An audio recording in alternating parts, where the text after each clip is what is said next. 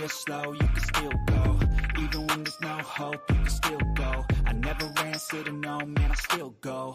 Go, go, go, go, go, go, go, go, go, go, go, go, go, go, go,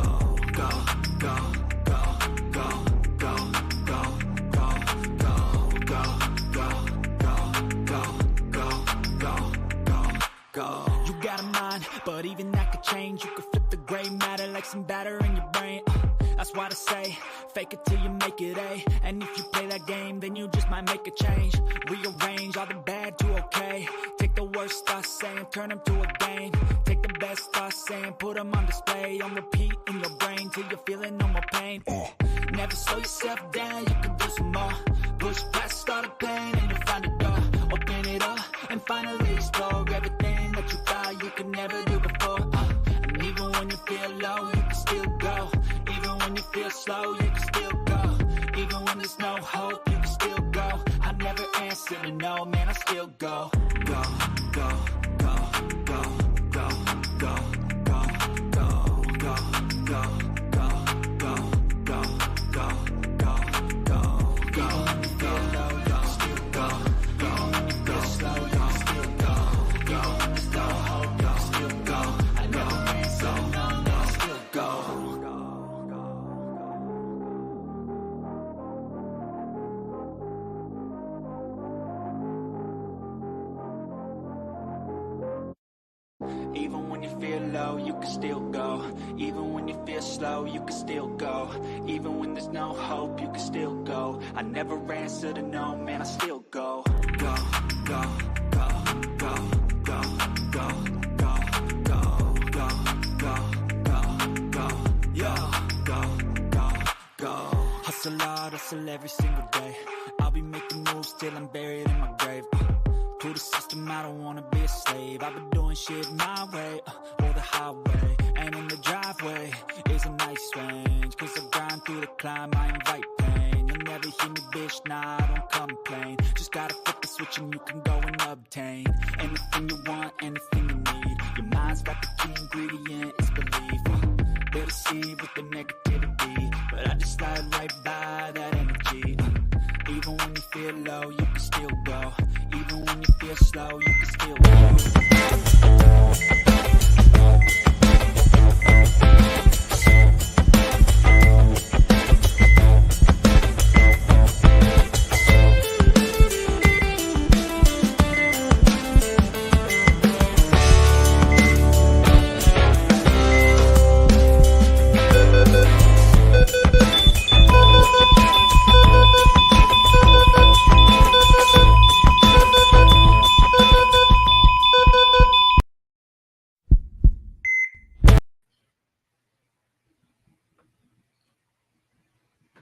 What's up, everybody, and thank you for joining us for Sports Report After Dark. I am your host, Seven. My buddy Dan the Dick Werner is sitting in the background. He'll be joining us in a minute.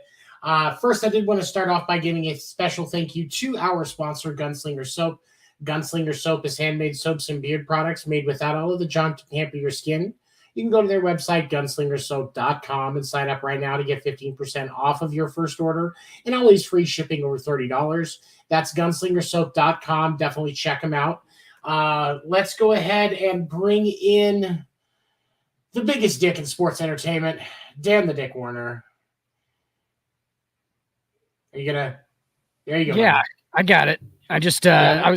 I was stopped by that biggest dick in sports. I mean, Stephen A. Smith still works for ESPN, right? He does. I think tomorrow morning is going to be very interesting to see just how fucking off the wall Stephen A. Smith goes. Yeah, and now that's just as a warning as we get started tonight, for those of you that are listening after on West Coast Radio, maybe you found us on Spotify, or you're just catching a YouTube video, you've never seen this before. Here's the deal. We get real.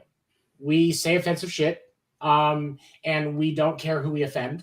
We're not worried about getting canceled. We're worried about saying what we see. We want the truth. We're always willing to learn new things, but we're here to get real, not fondle people's egos. We're going to say the wrong shit, we're going to say mean shit. That's what it is. We believe that athletes are people too, and Skip Bayless is one of the lizard people. I fondle a lot of egos. You do, actually. But mostly your own. Right. It doesn't need any fondling. All right, so let's get started. As we talk, my expecting. Hey, what's up, Will? Thank you for joining us. Yes, Kyrie is an idiot. That's an idiot. Ironic. Hey, Lane. Sorry to hear that Kat L is still not back, man. Hopefully she'll come home soon. Pussy likes to wander sometimes, as we've come to learn. My cat just ran away, Tony. Oh yeah, yeah, like a year. I think I told you about that. Oh yeah, I remember that. He wanted to be an outside cat, like just constantly trying to get outside. So I was like, okay, you can go out there, but yeah, that lasted all of like 2 months, and he just like left one night, didn't come back. So never found him. So he's probably playing tea party somewhere with some little girl that took him in. Yeah. Just forced him to dress up in little outfits and stuff. That's what I imagine. Or he got hit by a car. Either one. God damn it. I mean, honestly. But I never found a body though, so we're holding out hope. Maybe he'll wander back. Maybe. That's I mean, big maybe. I was a good cat dad to him. I bet. I believe you. Kyrie. So it was announced this afternoon that Kyrie Irving has been suspended for, and I'm going to use the exact language from the press release, no less than 5 games by the Brooklyn Nets, stemming from the tweets that he sent last week of a movie that has been labeled as a hate film by the Anti-Defamation League and contains multiple negative conspiracy theories and anti-Semitic views. Since then, Kyrie has had multiple chances to apologize and hasn't. Has had multiple chances to say that he is not anti-Semitic and hasn't. And because of that, after he did not do that again today during the press conference, the Nets announced this afternoon / this evening that Kyrie was going to be suspended because his behavior did not reflect that of the organization's values, and that his return will be no less than 5 games, but there are steps that he has to take to be able to return. We were just talking about Kanye last week. Yeah. Is that how connected to this is the Kanye thing, because that was kind of our issue with the Kanye thing is like, well, he's got a lot of people that, follow what Kanye kind of says, so it's probably not the greatest thing that he does that. And then I don't know, the Kyrie connection and then the exact same stuff, the anti-Semitic stuff, it's like, I don't know if is that like a thing now? I don't, you know what I'm saying? Like, to anybody that comes across this, that is Jewish faith, descendant of Jewish people, this sucks that you guys have to deal with this right now. There's been so many things that this hate that's coming towards a group of individuals that is less than 0.5% of the world's population is just absolutely mind-boggling to me. And I pray for your guys' safety, and I hope that this shit stops as soon as humanly possible, legitimately. But both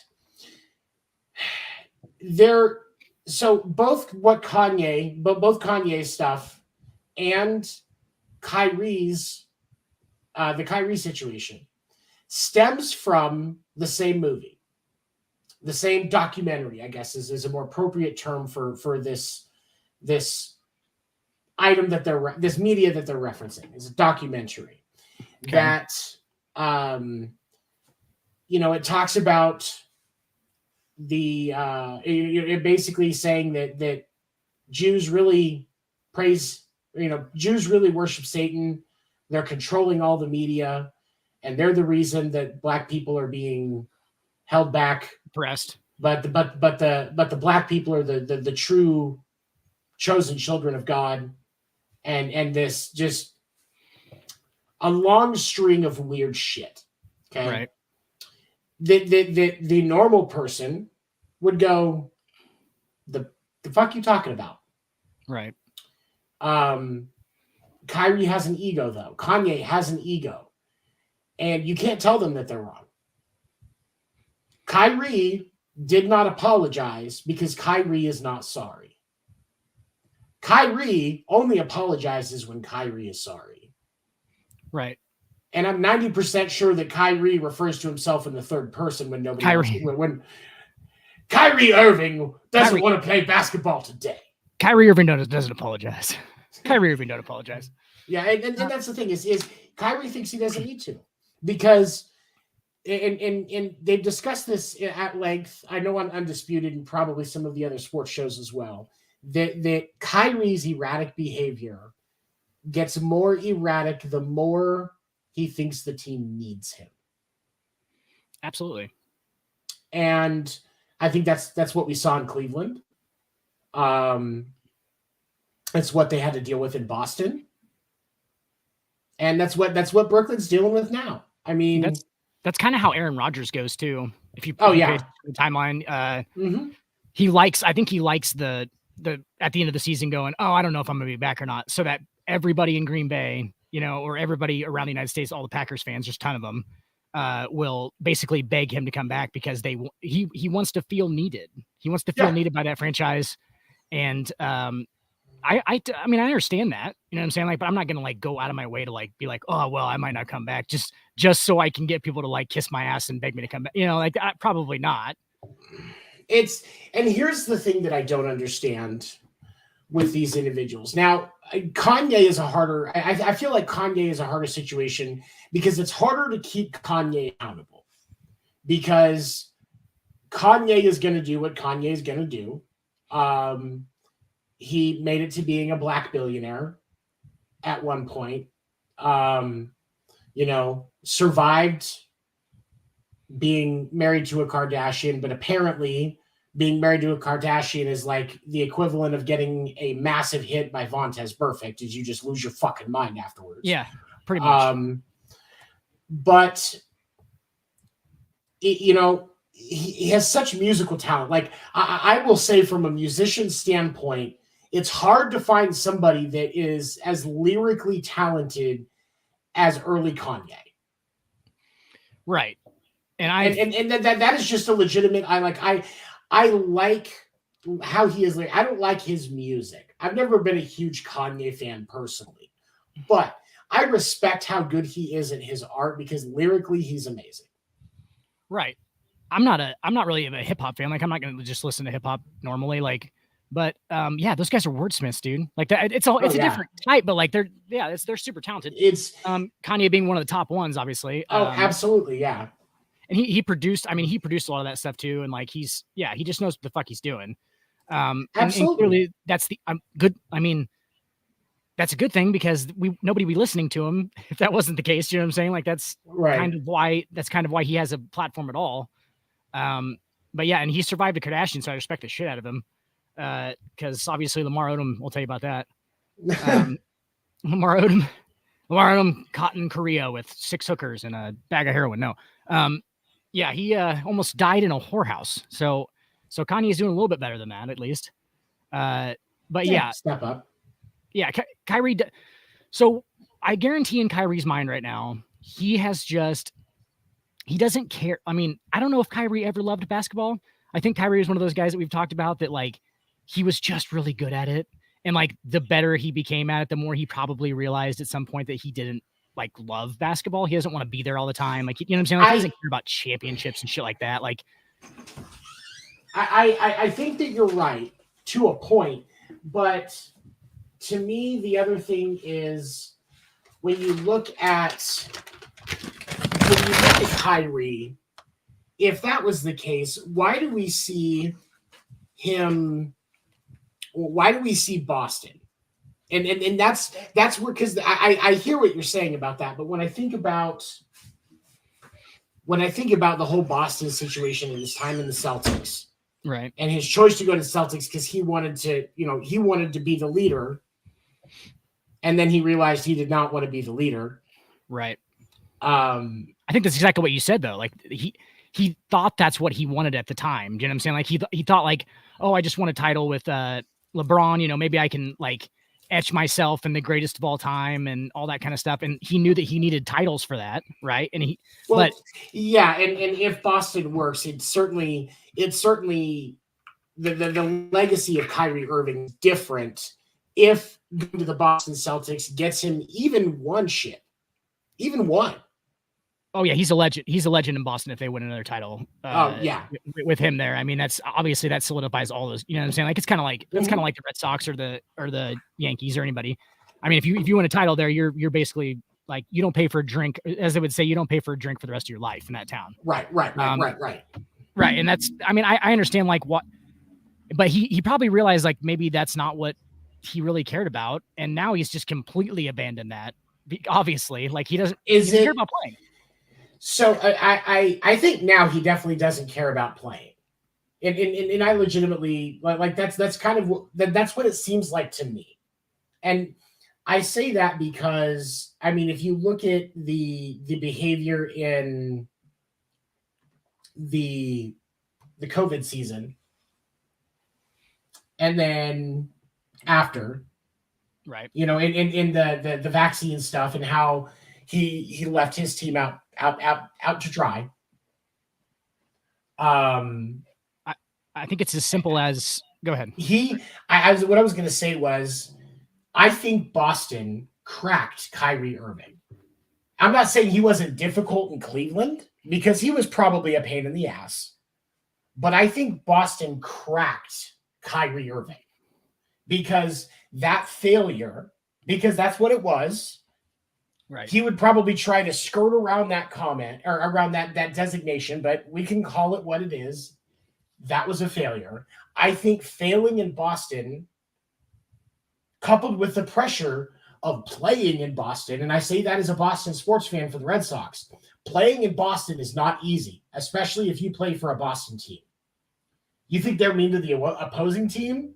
Oh, God. Imagine what it's like to play for a Boston or the Patriots when they suck.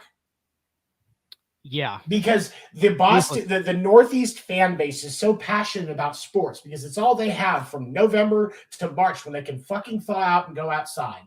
Right. You get this, they're just so passionate about it. It's life for most of them. And that doesn't excuse the shitty behavior that Boston sports fans can have. And I'll say that completely objectively. But that's just the spirit of where they're coming from. That's what it is, because it's so important to them. It is their culture. And so go ahead. Sorry. No, you're fine. I was just saying, I don't know if I trust people who base too much of their personality around who they're a sports fan of. Do you know what I'm saying? Yeah. Like somebody's been like, oh, well, if you go up to somebody like, hey, who is James? You know, who is James's? And immediately the first thing they say is, I'm a Kansas City Chiefs fan. Not a good start for me. Like, you know what I'm saying? Like, I'm like, okay. Even as a Chiefs fan, I cringe when I hear that. I love sports too, bro. You know what I'm saying? Like, I love sports too, but I don't like base my personality and like who I am off of like being a fan of a sports team, because what did you even really accomplish to do that? You know what I'm saying? What's special about you? You can just say you're a fan of anybody technically and be a fan of anybody. Right. I'm not discounting fans, but yeah, that always kind of hits me the wrong way. But Kyrie. Back to Kyrie. The thing about it, like, Tony, if your boss told you that you only have to come to work, like last year when he had he didn't get the vaccination, if your boss told you didn't have to come to work one out of every basically 2 days is what it would be, half the time he wasn't playing, right? So he missed basically half the games. So, but he has practice and stuff. I understand that. So maybe you don't have to come to work 1.5 days out of a week.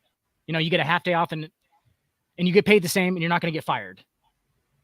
Are you going to do that? I mean, there's no real repercussions to you. Like I think that's how Kyrie sees it at this point. I think that we're all like, we all put all these athletes on a pedestal and think they want to win titles and stuff. I don't think he cares about that. I think that it's a job to him and he makes a bunch of money doing it. And I think that he'll just hang on as long as he can keep his job at that point. Does that make sense?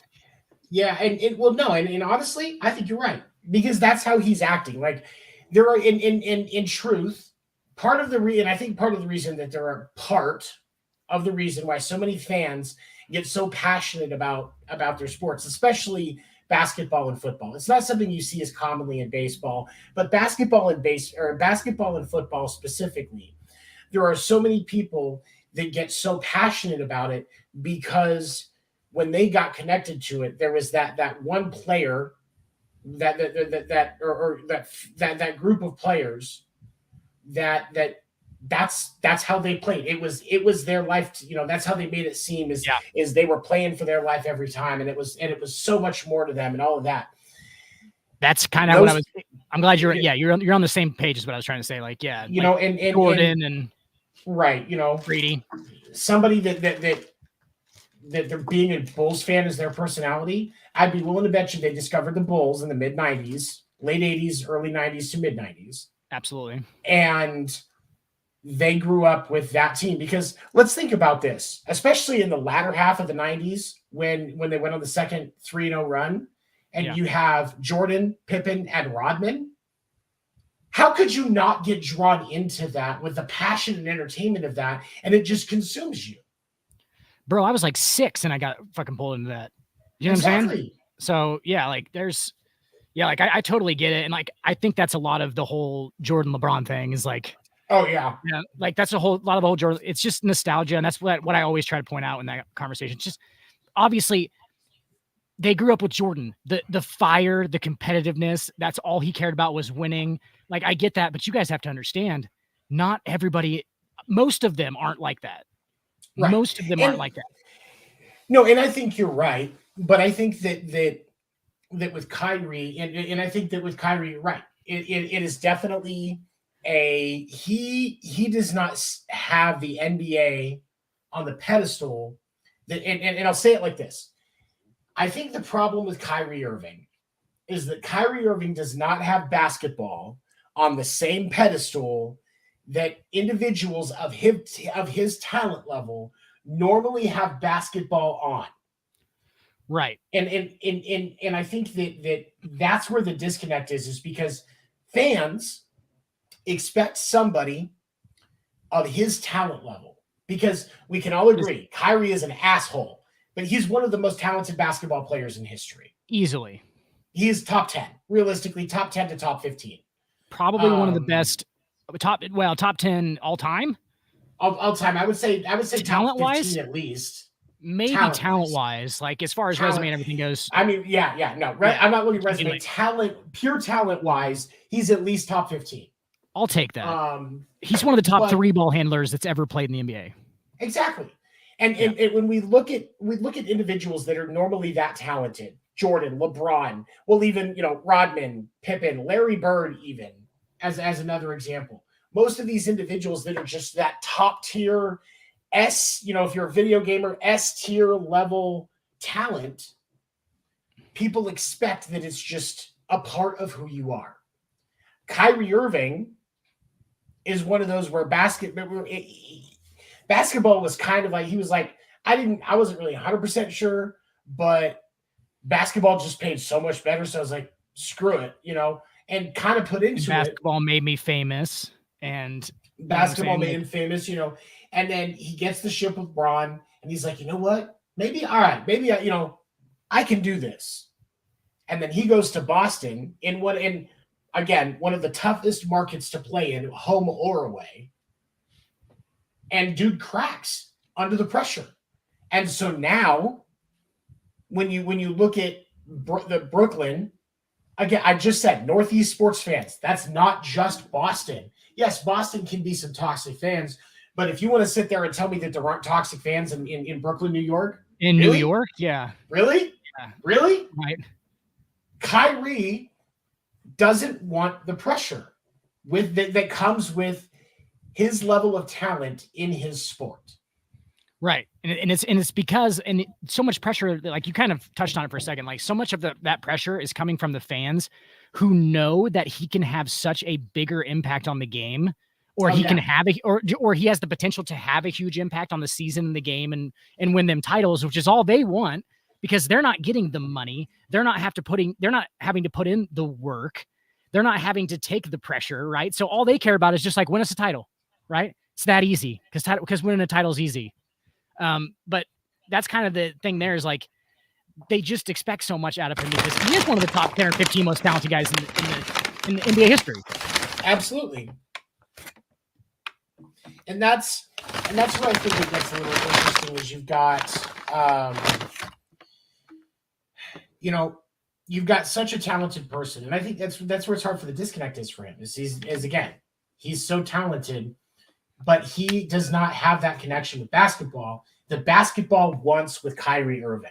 Think about it this way. If this was a relationship, you've got the clingy partner that is absolutely in love with the person, and the person's just like, I mean, we can hang out. For a minute? The Bonnie Raitt song, I can't make you love me. Yeah. Yep. I mean, that's my theory on Kyrie. And but as we look at the situation here with Kyrie and what he's doing, Kyrie can get held accountable, like we were saying about Kanye. Kyrie can be held more accountable than Kanye can, because and obviously it's never going to be as accountable as people would like. But the truth of the matter is, there's going to be some people that are never going to be happy. And maybe it's, there are some that are of the Jewish faith that just consider this to be unforgivable. That's completely their choice. I can't judge that. I'm not in that situation, especially with everything the people of the Jewish faith have dealt with. I would probably be a little pissed off too that this shit keeps happening. But you can, I feel like with Kyrie, you can, hey, you're going to lose that time where you're getting all that positive attention. You're going to keep getting that pressure, and there's going to be all of that talk in the air. Now you've taken him off the court. His platform has already been damaged. And that's the truth of the situation. Kyrie doesn't want to admit it. His platform has been damaged. And now the NBA has taken away his ability, or the Nets have taken away his ability to try and build it back up a little bit, because he's not going to get actual time unless he comes out with a plan to say, hey, look, I'm not anti-Semitic. I don't hate people because they're Jewish. That's not cool. This film had some incorrect things. I didn't realize it. I should have thought more about it. Until he's ready to make that statement, he's not going to get to touch a ball. That's basically what the Nets are doing.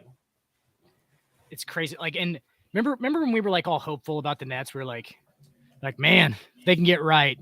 That roster's nasty. And it's like, the statement still stands, but they're not going to get right, because Ben Simmons is still trying to find himself.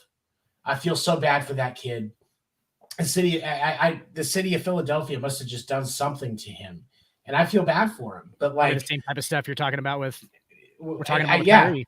And it's very possible. Philly fans are obviously fucking nutso about their teams. They are. You guys been watching the World Series? It's Northeast sports fans, right? So I'm not just talking. It's Philly, Boston, New York, all up that East Coast. It's Maryland, Pittsburgh. Really, yep. You would talk to me about not so much the Pirates, because people forget that Pittsburgh still has a baseball team, but right. I'm more talking about the Steelers fans, the Penguins fans, Pittsburgh Penguins. Pittsburgh had one of the most, the Penguins had one of the most violent hockey players of the modern game, and it was Sidney Crosby. He was a badass motherfucker, man. And those Pittsburgh fans, like when he was fucking shit up at home, they would eat that shit up. Right. And so for, when we look at Kyrie, the NBA can, the Nets can at least say, we are going to not only distance ourselves, but we're going to tell you, look, you got to come out ready to say this. along with that because there was announced earlier, I think it was last night or this morning, it was announced that the Nets, no, the NBA and Kyrie were both going to be contributing 500,000. We're in partnership with the Anti-Defamation League to go towards various causes, that are pro, education and things of that nature, and trying to weed out anti-Semitism and hate and stuff like that, which anybody can get behind that. But that he had the chance. He's had, and in the Nets statement, which I think was, like I said, it was very telling. They mentioned he had multiple chances since that day where he tweeted that about that documentary. He's had multiple chances to apologize, to say he's not anti-Semitic, and everything he points to hasn't. the fact that just points to the fact that he believes that. Yeah, like that's why it's a bad thing, basically. Like oh, why pretty is much it a bad thing that he's not apologizing? Like, it's not a bad thing that he's not apologizing for one, because it probably offended people that weren't him, and number two, it kind of means that he thinks it was fucking halfway accurate. Like, that's like, what is the film called? I didn't look up the title. I figured it would be best to just not purport that, just simply because I don't want anything to be misconstrued. I'm gonna watch it. I'm gonna watch it. I spent a lot of time reading up on it today because I have a hard time watching documentaries in general, and something like that, just based on all the stuff I already know, I'm sure it would fuck with my anxiety to even sit down and watch it. So I read a lot of stuff on it, read some reviews on the movie, and I'll be interested to see what you say if you come across it and watch it. But for as near as I can read, everything is fairly consistent. That it at least comes off as heavily anti-Semitic. There are a lot of rich Jewish people. Conspiracy theory, right? But there's a lot of rich Jewish people. They hold a lot of wealth. But like, to say the line is crossed where it's like, oh yeah, every one of them is a monster, and they use their money to, you know what I'm saying? Like, that's where control the media and all of this, right? Yeah. Like yes, do they control some of the media? Yeah, probably, because they're really rich guys. It's not because they're Jewish. You know what I'm saying? Like, it's not because they're Jewish. It's just because they have a lot of fucking money. Like, so like, and not all of them. Like, just taking all of them, putting it in a box like that is really where the problem is. Obviously. Well, it's hate coming from somebody, because Kyrie has said multiple times during the Black Lives Matter and stuff like this, we've got to be aware of this, stop racism, stop hate, and even if he didn't ever say those exact words, those were things that he was supporting throughout that entire situation, and even recently, which not a bad thing, no, but he's ultimately working counter to the very things that he was supporting with that movement. Right. Exactly. And it just makes you doubt how much, like, it makes you doubt how much he's just gonna box everybody in, then, you know what I'm saying? Like, white people or cops who should, like, if he's gonna do it to the Jewish people in this documentary, it's like, is he doing it to everybody? It's like, does Kyrie only not like black people? Like, you know what I'm saying? Like, he just, outside of black people, he doesn't trust you, doesn't like you, regardless of what you've done to prove that, or, garner any of that actual opinion. That's what it feels like. And I hope he's not really like that. But that's what it feels like to everybody. And I think that's why it's a bigger deal to everybody. Yeah. You know what I'm saying? Because it feels like Kyrie's just putting blinders on and going like, oh yeah, and we're obviously we're all for him standing up for oppressed black people in the United States.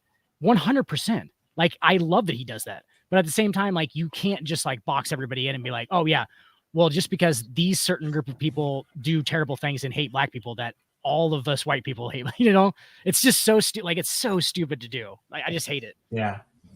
It's very counterproductive to the mission of getting rid of hate in general, Right.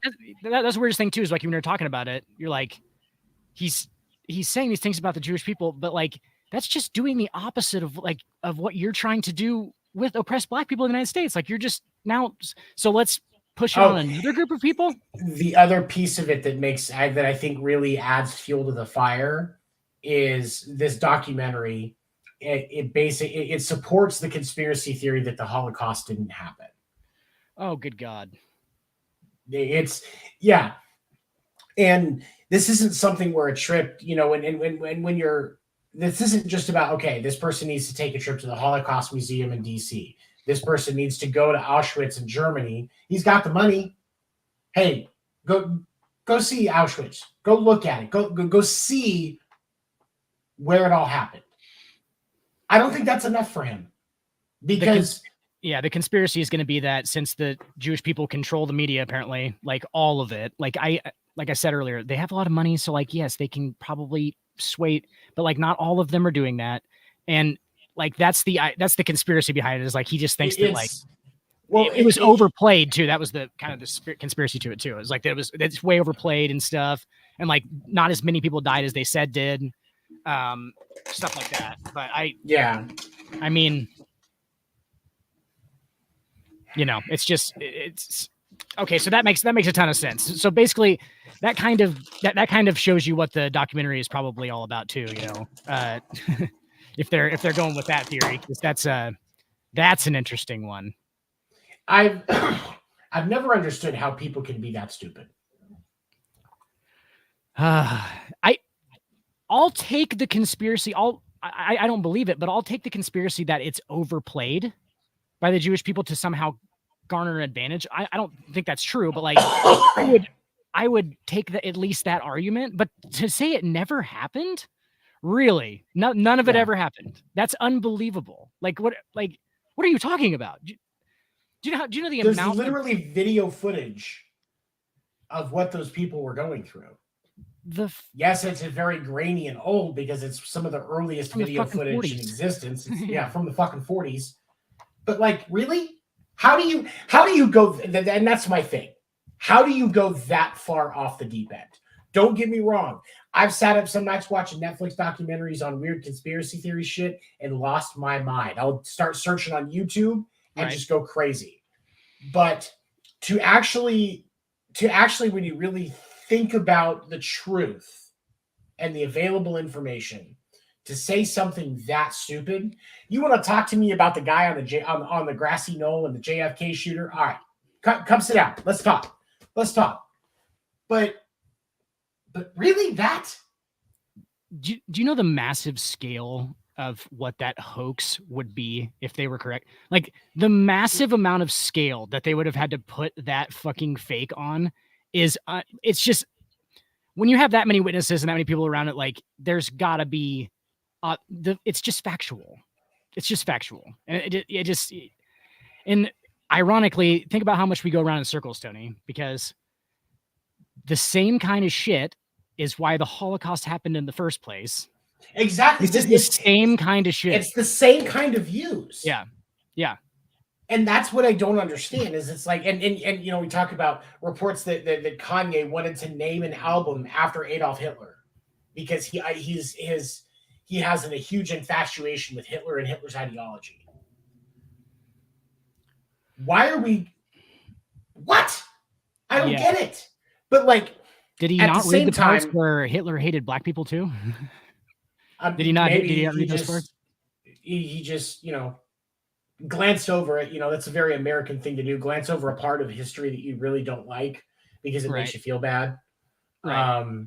From what I've read, Hitler didn't like black people so much that he actually didn't acknowledge them as being human beings. Like he wouldn't shake Jesse Owens' hand at the 36 Olympics. Wouldn't do it. So like he hated them so much that he didn't acknowledge them. That's what he thought of black people. Like he just didn't acknowledge them. Just like didn't think they existed. Like that is craziness.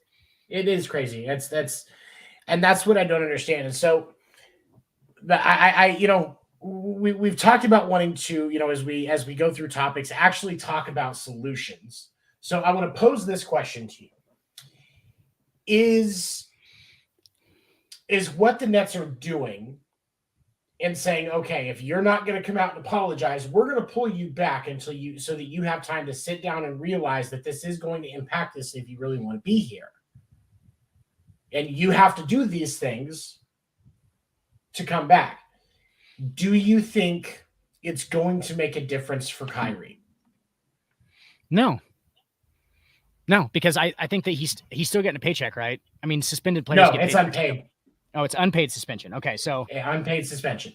So it will mean something to him, because he doesn't have a paycheck. So you hit him where it hurts, his wallet, because I don't think he really cares about much else at this point as far as basketball is concerned. Obviously, he has things that he cares about, and whether misguided or not, he has passions that he obviously cares about outside of basketball. I don't think basketball is a huge one in his life right now. I think that he's made enough money. I think that has enough influence that he might want to take that turn into being, not a politician, but some kind of influencer, personality, public influencer, and that's fine. Good for you, Kyrie. Go right ahead. But you need to shit or get off the pot. Honestly, like it needs to be like, is there what like?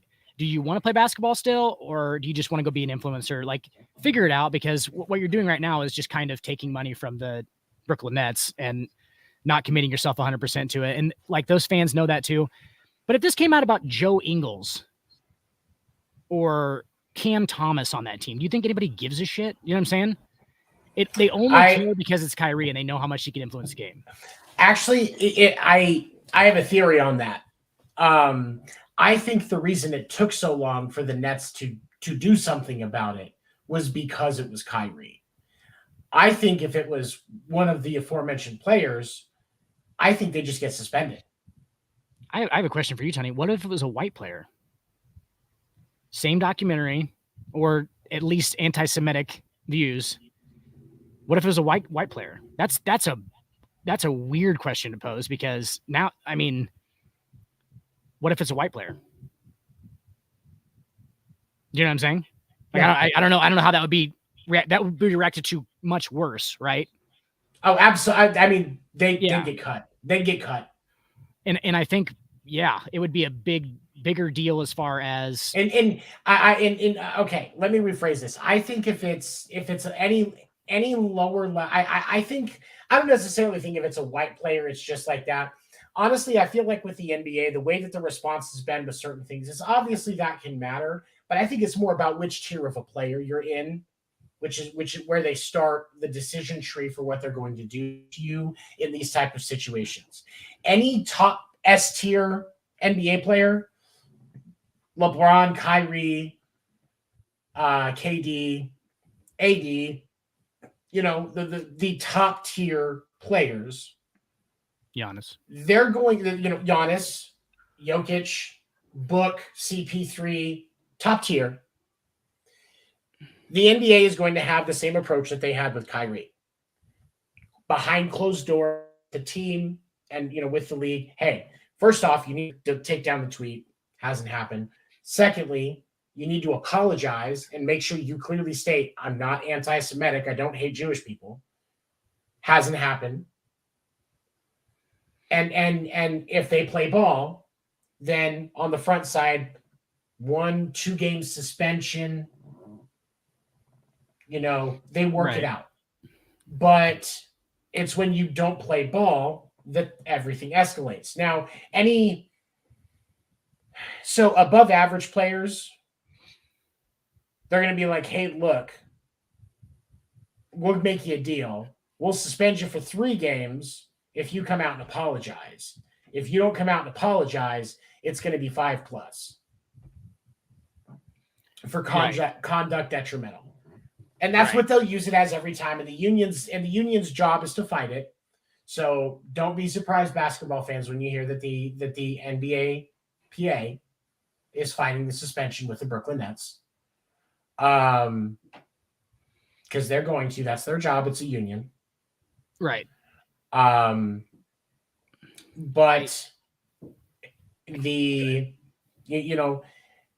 lower tier players, regardless of race, that decision comes quicker because it's that top tier. Because if LeBron tweeted this, the NBA would be working furiously behind the scenes with his people and with the Lakers to get this taken care of and minimize the damage as much as possible.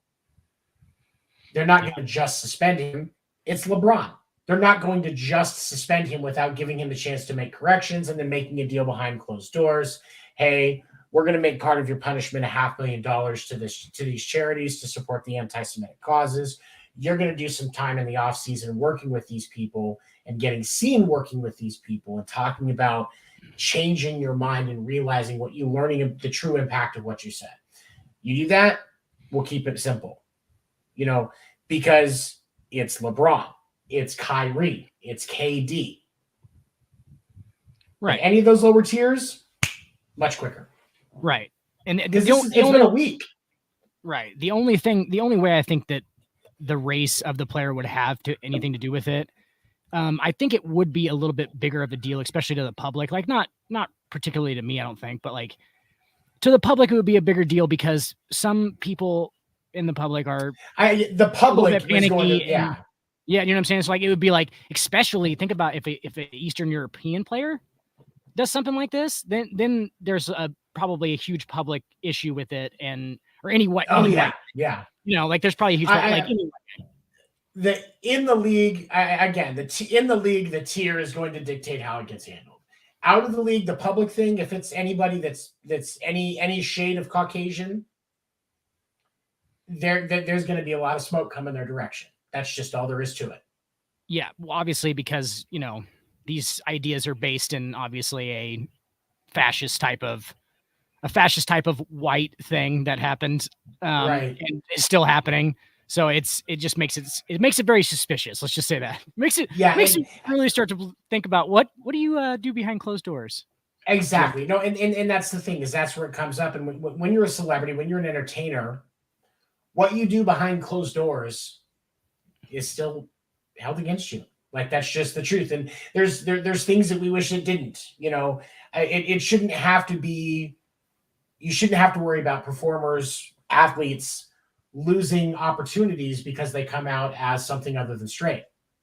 Right. Sadly, it happens. Or if they get a divorce. But I very slim chance if I came out as gay, I'm going to lose the chance to sell insurance for a company because I'm gay. I'm not saying it doesn't happen because people are fucking stupid, but a lot less of a chance that my bottom line is going to take a huge hit. Neil Patrick Harris coming out, his bottom line took a huge hit. Ellen DeGeneres was the queen female comic of the 1990s until she came out as gay. And who didn't see that one coming in the 90s? You know what I'm saying? Like clearly. Like when you're watching her fucking comedy in the 90s, how do you not just go and not care? You just go, oh, yeah, she's clearly gay. Like, who didn't figure that out before that? I remember that happening. And I was raised around comedy. I was raised watching great comics. So I've seen Ellen DeGeneres stand up. Really and cool. her stuff in the 90s. Yeah, go seriously. For those of you watching and listening, go look up videos of Ellen DeGeneres doing stand up in the 90s. It is legit. She was great. Yeah. But when that happened, and my mom, she was like, Ellen DeGeneres came out as gay. And I said, why? And she said, what do you mean? And I said, who didn't know? Yeah, like what's Austin Powers say? He's like, who knew Liberace was gay? He's like, women loved him. He's totally serious.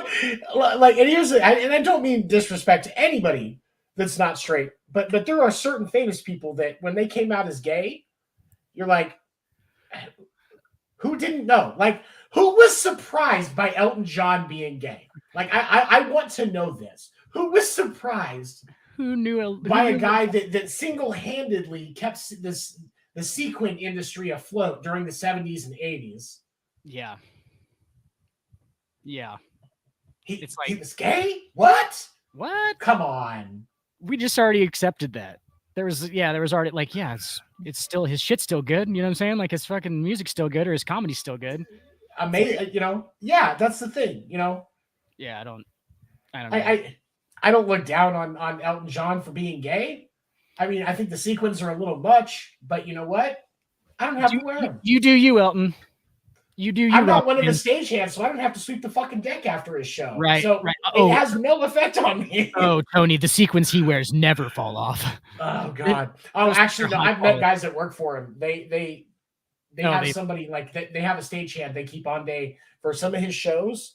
Like especially like for a stadium show, they have a stagehands that stay on all day, and their job is just to sweep sequins. And he just changes like 4 or 5 different times during the show too. So it's just fucking. Yeah, it's ridiculous. Yeah, fucking. I think it's so crazy that he has so many set changes. I remember Reba McEntire, the song "Fancy." Yeah. So there's a part when she's there's a part where she's doing the song "Fancy," where there's a quick change where her dress changes to being a red dress during the song, and it's literally like the lights go out, they come back up, and she's in a red dress. Like it's quick. Okay. And what it is, just for those of you peek behind the curtain, the dress has stuff that she has 2 on, the top one tears off, and stagehand runs off, and all you see is a red dress. Magic trick. But it's just like what they do for magicians and stuff like that. But just that quick. But no, he's not doing quick change shit. This is Britney Spears level shit. Like going in and actually having to, change an entire outfit and get some different makeup in 2 minutes. Right. And get back on the form.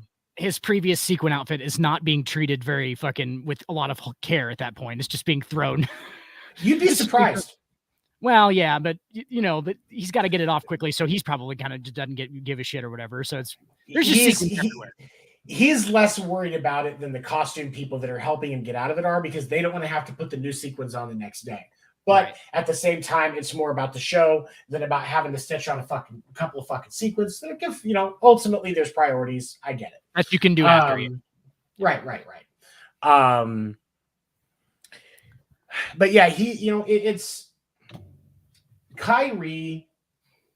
The solution, I think Boston, the way that what Brooklyn is doing, and with putting his return dependent on specific things that must be done, which that's what they said publicly, but realistically he's got to do a bunch of stuff to apologize and be willing to do things to apologize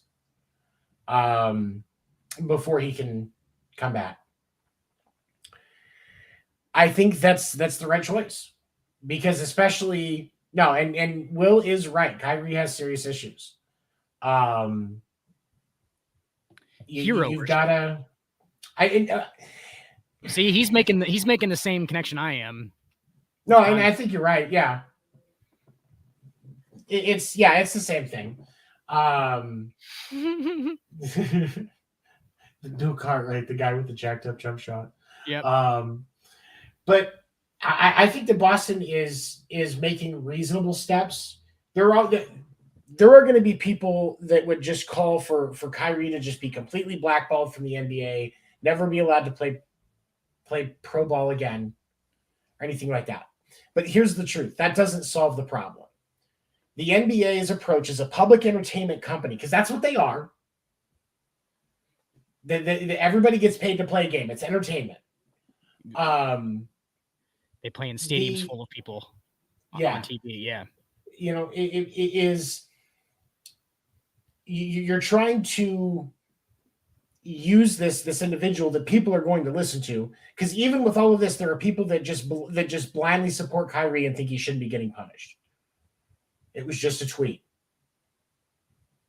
Right. Well, when you have millions of followers, it's not just a tweet. Like I just told you, Tony, that I'm going to watch it. Like, I'm not going to be swayed by it, but like, do you think there's other kids, young adults who aren't going to watch that now? And like, he basically made a lot of people watch that movie, and the more intelligent, more, put together ones will probably just watch it for what it is. And there's going to be a lot of people that are going to take a lot of what it says, because things can be very convincing, especially if you're watching a documentary about it. They can be convincing, and that's kind of what, I think that's what the biggest issue is like, basically Kyrie's spreading this and not shutting it down now. Right. So, and that's the problem. And so the Nets take the approach of either shut it down or we're going to shut you down, because this isn't going to keep distracting the team, because Kyrie has been a continuous team distraction.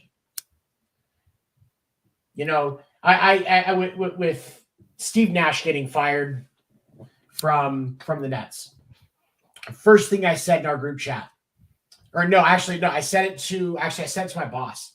I said, who do you think won the Brooklyn Nets separation?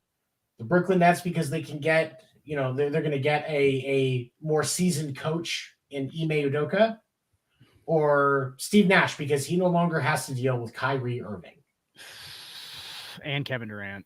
And I think that Kevin Durant impact is there, but I think that Jamie Foxx just wants to hoop. Right. And so, and for those of you listening that don't know, I cannot get past the fact that Kevin Durant looks suspiciously like Jamie Foxx. I don't see it that much, but I don't see it that much. Whenever you say that, I'm like, yeah, I can see it, but like, I don't know. We should get a side-by-side picture. I'm going to put something together to show you why, because like, I can't get it out of my head. After the first time I saw it, it's just like when I told Jason Johnson that he looks a lot like Joe Buck. First of all, he was furious because he hates Joe Buck. We used to do those all the time on Jason. Jason looks like this guy, this guy, that guy. Matt Damon. I wrote, what's his name? Of course, I can't think of his name. The guy from Blade, the dude who played the, he does the smoking cartridges commercials now. You know what I'm talking about? Oh, I'll look it up real quick. But yeah, Steven Dorff. Yeah. Yeah, I used to say you look like Steven Dorff all the time, and I actually wrote Steven Dorff and tried to get Steven Dorff to message me back. But he didn't. About no, they were just like, some crazy fan thinks you look like his friend, and he was like, I don't give a shit. That was pretty much the end of it. That's probably the end of it. Yeah. Yeah. But I think that Boston is acting reasonably, and there are going to be some that are going to, say that his career should be ended. Just ending his career doesn't solve the problem that his influence creates with him sharing that information. And I think that that's what the Nets and the NBA see. And that's why they were trying to handle things more internally and trying to get him to speak out against this information before acting the way that they did. Because they know that it's going to be a back and forth with them and the Players Association, and it's going to be more public, and they didn't want that. What the NBA wanted was for Kyrie to come out and say, hey, I messed up. I don't hate Jewish people, and take a 2-game suspension. Even tweet it. Like, even put it on the same place you put the post. You know what I'm saying? Like, even if you don't come out publicly and say, like, just issue an apology on there. Like, issue an apology from your freaking lawyer at this point if you don't really feel sorry about it. You know what I'm saying? Like, do something to try and stop to stem the tide on it. You know what I'm saying? No, you're 100% right, and I think that that's where the thing is, and just like with the Nets statement, they are not. Their issue is in his lack of attempts to rectify the situation with an appropriate apology, and not just an apology, but repentive action. Does that make sense? Yeah, absolutely. And it says a lot about Kyrie as well, that he needs these personal beliefs to be known by everybody too. Like, why are you tweeting that? You know what I'm saying? Like, I'm sure a lot of people have views that aren't usually accepted by the rest of society. And what they don't usually do is just stamp them all over social media. I mean, I know some people do, but I also like look at those people and I'm like, you're fucking stupid for that. Like, why are you doing that? If you hold certain views, like, why do you care so much if other people know about it and stuff? You know what I'm saying? Like, unless you're trying to spread those views to other people. And that's what this looks like. That's what this looks like. And that's why it's a big deal. Absolutely.